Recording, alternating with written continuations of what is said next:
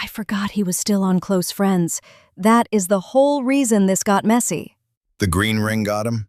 The green ring got me. He just watched it and said nothing, which somehow felt worse. Start before the ring. Who is he? Caleb. Hinge match. 2 months of almost dating. We did coffee, a record store, one terrible trivia night. Then he told me he needed space because work was chaotic. Classic sentence. Vague enough to sound kind, empty enough to ruin your week. Exactly. I did the mature thing for about 4 days. Then I muted him, archived the chat, and told everyone I was done. But you did not remove him from close friends. No, I forgot. I had added him back when we were still cute, when green ring stories felt like flirting without admitting it was flirting. That detail matters. Close friends is not secret magic. It is a list.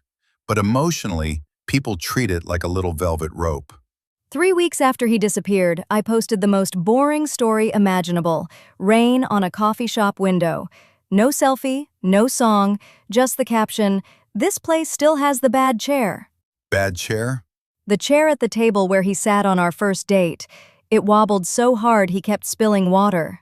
Okay, so the story was not neutral to you. To me, no. To anyone else, it was rain and a chair. I hit post, looked at the viewer list maybe 40 seconds later, and his name was already there. That fast? Under a minute. My stomach did the stupid drop thing. I was like, why are you here if you needed space? Did he message? Nothing. No reaction, no like, no reply. Just his name sitting there on a green ring viewer list like it paid rent. One fast view can still be nothing. People tap through stories while half asleep. I know. That is what I kept telling myself. But my friend Jules saw the screenshot and lost her mind. She said, he wanted you to know he saw it. Group chats are basically gasoline with profile pictures. 2 nights later, I did something I swear was not supposed to be bait. I changed my display name from Nora to Raincheck Girl because Jules made a joke about it. How long was it there? 9 minutes, 11:08 to 11:17. Then I felt embarrassing and changed it back. No story that night? No story, no post. I did not even open the app again until after midnight. And then? 12:03. Caleb texts, "Raincheck Girl is a little dramatic, no?" That is much stronger than the coffee story. Right? Because the display name was not in a story. It was just sitting on my profile for 9 minutes. It suggests he saw the profile during that window, or saw a screen where that name was visible, but it still does not tell you why. Jules did not care about why. She said, "He is checking you. Send caught you and watch him panic." Please tell me you did not. I typed it. I will admit that. I typed caught you and stared at it like it was going to become a good idea. That is the dangerous part. The clue gives you adrenaline, and adrenaline pretends to be confidence.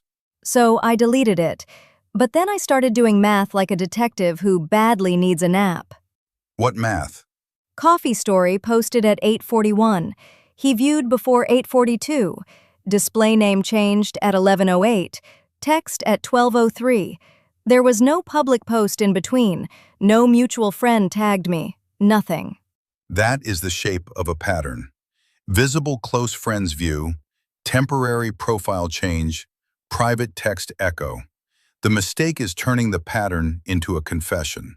Because a confession would have been easier.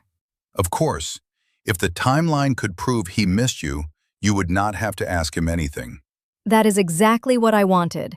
I wanted the profile clue to do the scary part for me. But profile-adjacent signals are smaller than that. They can help you sort timing. They can show repeat behavior. They can tell you, okay, this was not only in my head. They cannot safely tell you his motive. And they cannot tell me he is ready to date me. Definitely not. A green ring view is attention. A text joke is contact. Neither is clarity. The next morning, I sent one normal message. I said, "You mentioned Raincheck Girl. Were you trying to restart the conversation?" That is annoyingly healthy. I hated it. I wanted something sharper. Sharp messages feel powerful for 5 seconds, and then you have to live inside the mess they make. He replied after 2 hours.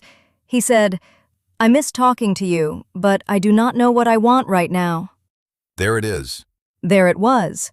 The profile pattern was real enough to notice, but the answer was still no answer. And that is the part people hate. Sometimes the signal is real, and the relationship is still unavailable. Jules said I should post another close friend story and make him sweat. Jules needs chamomile tea and fewer screenshots. I removed him from close friends instead. Good, not as punishment, as a boundary. That is what surprised me. Once I stopped using the profile like a fishing line, I felt calmer. Because you stop trying to make a quiet signal perform a loud conversation. So what do you do with a clue like that? You notice it. You do not worship it. Write down the timeline if it helps you stop spiraling. Then ask the direct question, or decide you do not need the answer badly enough. And if they keep watching but never choose you? Then they are an audience, not a partner. That line would have saved me a week. It saves more than a week if you let it. Green rings, fast views, profile edits, little text echoes. They can be clues. They are not commitment. I wish he had just left the story unopened. Maybe, but then you might have kept waiting for a cleaner sign. At least this gave you enough information to stop making excuses. The weird thing is, I was not embarrassed that he saw the story. I was embarrassed by how much I wanted it to mean something. That is human. Just do not build a whole relationship on someone standing near the door. He can knock if he wants in. Exactly. Until then, keep the door closed and stop checking the peephole.